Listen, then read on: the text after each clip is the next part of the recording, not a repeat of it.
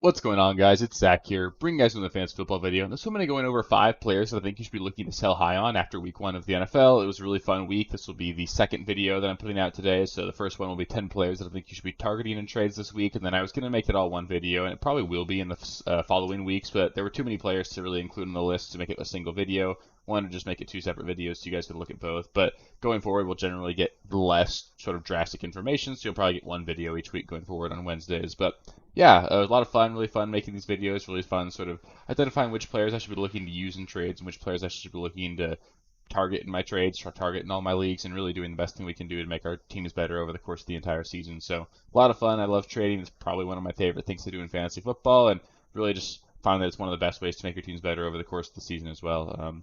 So yeah, with that, let's just get into the first player here. Starting off here, I'm going to start us off with Tyler Algier. As much as I really do like the talent of Tyler Algier, and I do think he should be a priority waiver ad if he happens to be available on waivers, I just don't believe that he can sustain the level of production that he put up in week 1. I don't think that's a very hot take, obviously. I think he's got a shot to maintain like low-end flex value over the course of the season, and I think he's got some standalone value in that, but obviously the Panthers are not going to be the opponent for the Falcons every single week. I don't think we can expect the Falcons to be like a by any means dominant team this season. I think it's reasonable to assume they'll be like a fringe 500 team. Maybe they win 9, maybe 10 games if they get super lucky, but if they're not going to be able to win by 14 like against most teams like they were with the Panthers, there should be a lot more competitiveness in their games, and a lot of Tyler Algier's production did come in the second half of the game. On top of that, Bijan Robinson is going to take on more and more work over the course of the entire season, sort of slowly phasing out Tyler Algier. Like I said, I do think Tyler Algier can still see 10 to 15 touches a week, and that could be flex viable in certain formats and certain matchups, but I don't think he's going to be a guy that you want to play every single week. And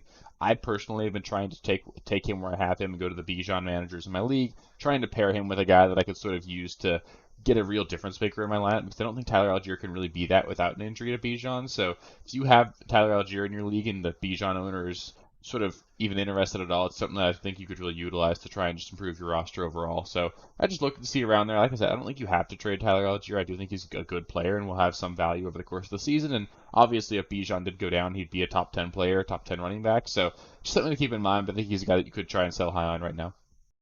The next sell high for me is going to be Michael Pittman Jr. As great as week 1 was for the Indianapolis Colts offense, I just don't believe they're going to be able to pass that high of a level over the course of the entire season. The Jacksonville Jaguars are by no means a scary defense. On top of that, the Jaguars are a really high-end offense as well, and it was just a really fast-paced game. It allowed for a lot of plays to be played overall on both sides of the ball. Each team ran 69 offensive snaps. Both of them ended up in the top 10 in the NFL in week 1, and I think we'll see a little bit of a slower pace, especially when Jonathan Taylor comes back and they can actually lean on that running game, assuming Jonathan Taylor does return to this offense at some point. And on top of that, Michael Pittman Jr.'s got a lot of name value associated with him. If you could pair that with his week 1 performance, and like I said earlier, if you look at the players to target video, I do think that Anthony Richardson is a target for me, but that's mostly because of his rushing upside, and that I think his passing ability is going to be a little bit better than what I was initially projecting. I still don't think it's going to be enough to really sustain like high-end wide receiver 2 or even real wide receiver 2 production for Michael Pittman over the course of the season. Obviously, he had a monster week in week 1. He took a short pass to the house and like a 40-yard pass. That's not something that we can rely on a weekly basis. I think you're probably looking more at like 6 catches for 50 yards every week, and that's okay, but touchdown upside should be limited. I wouldn't expect this is probably going to be the best week of the entire season for Michael Pittman Jr. So you could turn Michael Pittman into a guy like T. Higgins, for example. That would be a huge win. I don't think you'll be able to pull that off in very many leagues, but maybe pairing Michael Pittman with somebody to make that happen, I think that's something you could pull off, and I really do think that Michael Pittman's got the name value associated with that week 1 production that you really could turn him into something really good for you guys. Next sell high for me here is actually going to be Rachaad White, and I just don't think Rachaad White is actually all that good. He really hasn't looked very explosive at all in either of his first 2 seasons in the NFL. I wanted to really just blame the offensive line last year, and you could still potentially blame that, but he really doesn't look very explosive with the ball in his hands after the catch. Sean Tucker honestly looked a little bit better in the work he was given this week. I still think that Rachaad White likely ends up being the primary back in this backfield, but the Bucs offensive line is just way too mediocre. I don't see them ever really dominating game scripts either. I don't think there's going to be a scenario where you're really going to be able to consistently give Rachaad White those 17 carries like he had in week 1.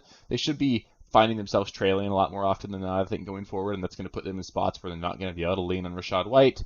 Maybe that does give him a little bit more use in the passing game, which is honestly what you're hoping for, but he only caught 2 passes in week 1. Obviously, he still had 17 rush attempts, and the numbers didn't really line up, or his overall production didn't really line up with the opportunity. But my main concern here is that we could see the opportunity go away over the course of the season. Like I said, he just really hasn't looked good. I like Sean Tucker as a prospect, and I really think there's an opportunity here for this backfield to turn into a bit of a committee. If that's the case, I would just have no confidence starting Rachaad White at all. So I think there's just a lot of other really good running back twos that I'd much rather have than Rachaad White. I would certainly be looking to package Rachaad White, or even just trade him straight up for a different running back that's a different running back two, and a guy that I don't really worry about losing his job over the course of the season. Next up, we've got another sell high in Drake London, and I know it's kind of sounding weird to sell high on a player that ended up with 0 points in week 1, but I just really think you guys need to get out from Drake London if you have him. I've been really low on him over the course of the entire offseason. He was absolutely buried in my rankings. He wasn't a guy that I was touching at all, and the Falcons are just the same old Falcons. They don't want to throw the ball at all if they can avoid it, and honestly, why would they? Desmond Ridder doesn't look very good. I don't think he's a very competent NFL quarterback. They've got 2 really good NFL running backs in ALLGEIER and Bijan. They've got a top 3 run-blocking offensive line, and their defense is pretty good, so they really can lean on that running game and defense, and it just doesn't make sense for them to try and air it out with the way their team is built, and that's just going to put us in a lot of spots where we're going to be seeing Drake London get 3-4 targets every single week, and I don't really see Drake London putting up quality numbers on any given week unless he scores a touchdown, and given how we don't really expect this offense to be super useful over the course of the entire season, I don't know how many weeks that's going to result in him actually being a quality fantasy producer. I really just don't see a world where Drake London even produces wide receiver 3 numbers this season. I would absolutely just try and get out while he's still got the name value. He's obviously a really talented player. It really sucks for him. I don't think he's going to be really happy about that when it comes contract time for him in a few years, just how they're running this offense. But he and Kyle Pitts are 2 guys that I just really don't think you can rely on any given week this entire season. And I would just certainly try to get out of both those guys, actually, if you really can at some point here.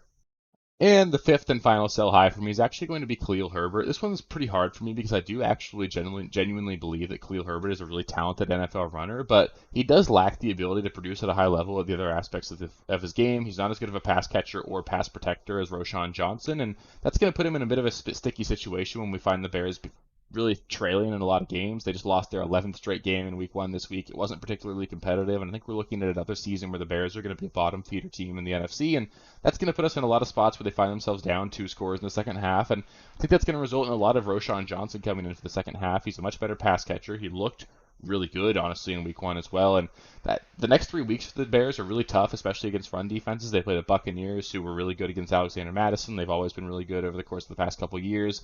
They get the Chiefs, who just got Chris Jones back, and then they get the Broncos, who really held Josh Jacobs in check this last week. Those are 3 teams that you really can't run the ball well against at all, and then we'll get to week 5, and you're looking at KHALIL Herbert as a guy who could potentially be losing that starting job to a guy like Roschon Johnson. He's probably going to find himself in a committee on what's a bad offense. And I think if you can get running back 2 value for KHALIL Herbert, I absolutely would. He was the clear starter for this team to start this game. He honestly put up a decent fantasy performance. I believe he was the RB24 on the week in PPR formats. And I think you can still trade him for like low-end running back 2 value. And I think I would do that. And then honestly pick up Roschon Johnson on waivers as well and just sort of see what happens there. But I just don't really believe KHALIL Herbert can maintain value over the course of the entire season. And I would be looking to move off him if I can. So that'll do it for my 5 players to sell high on after week 1 video. Up next tomorrow, you guys will be getting the Thursday night preview where I'll go over all the players I think you should be looking to start and sit in the Vikings-Eagles game. So that game should be a lot of fun. Super excited for that one. And then on Saturday morning, you guys will get my whole start-sit breakdown. I'll go over every single matchup this week and tell you guys which players I'm looking to start and sit in each format, and then really do a little bit of a deep dive in terms of which players I think are going to potentially break out and which guys I think are going to be sort of fringe starters that you should have some real decisions to make on. And then obviously Sunday morning I'll be doing my Sunday morning live stream, be going over last-minute injury news, and I'll be answering any last-minute start-sit questions you guys have. That'll be 1 hour before kickoff live on YouTube, so feel free to hop in there. We'd love to get as many of you guys there as possible. I'd love to help you guys make some of those last-minute decisions. So if you want to make sure that you get all that content, please do subscribe to the channel. We're really looking to grow as much as we can. We're over 800 subscribers now, which is super cool. I'd love to hit 1,000 by the end of the NFL season. It should be a huge milestone for us. It'll be a lot of fun to get there. So I really appreciate all the support, and I want to thank you guys for watching the video, and I'll catch you next time. Thank you guys for watching. If you haven't already, please be sure to subscribe to the channel, like the video, check out these other videos here if you haven't. If you want more content, please feel free to follow me on Twitter at RealSteelFFB. I'll be more active on there as the season goes on. Thanks. Catch you later.